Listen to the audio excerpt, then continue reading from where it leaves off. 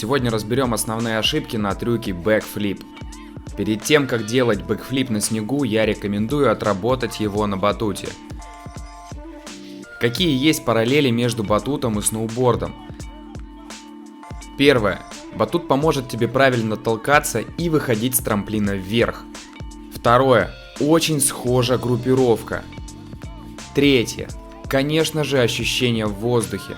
И четвертое. Останавливаем вращение или ускоряем в зависимости от пролета и скорости закрутки. Основные ошибки на снегу. Первая и самая распространенная ошибка, когда на выходе с трамплина ты резко заваливаешься назад и вес тела уходит за тейл. Также, совершая эту ошибку, многие не отталкиваются вверх. Чаще всего эту ошибку называют срывать на бэкфлипе. Это приводит к потере амплитуды, а также к потере контроля из-за резкой закрутки. Соответственно, если ты захочешь сделать этот трюк на трамплине с большим пролетом или резким радиусом, то можешь легко перекрутить. Второе. Отсутствие закрутки руками. Эта ошибка может привести к недокручиванию трюка. Третье. После вылета с трамплина ты начинаешь тянуться грудью к коленям для группировки. Это останавливает инерцию и замедляет вращение. Необходимо тянуться коленями к плечам. Четвертое. В воздухе прижимаешь подбородок к груди, из-за этого не можешь вовремя увидеть приземление и уехать трюк. Голова должна идти на опережение вращения.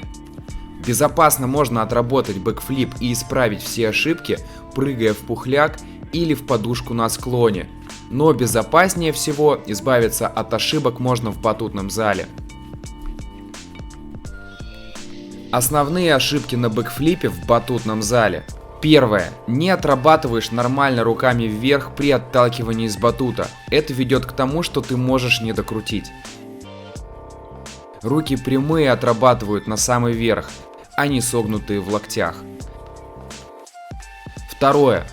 Опрокидывание головы назад или спины ведет к тому, что ты будешь перемещаться по батуту, и это иногда может быть слишком далеко. В идеале ты должен приземлиться на то место, откуда отталкивался. Третье. Смотреть сбоку или через плечо на бэкфлипе.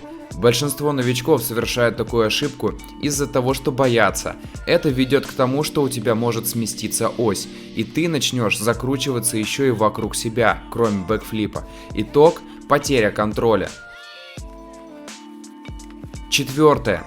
Ты открываешься слишком рано или слишком поздно. Нужно обратить внимание на то, как ты приземляешься, так как ты, вероятно, приземлишься под уклоном и тебя выкинет потом в сторону. Пятое. При приземлении слишком наклоняешь плечи вперед, что ведет к тому, что вес тела переносишь на носки и потом отпрыгиваешь со смещением вперед. На этом все. Исправляй эти ошибки в батутном зале, и у тебя будет больше шансов уехать бэкфлип на снегу. Не забывай подписываться на канал, шлепай колокольчик, чтобы первым получать сообщения о выходе новых видосов.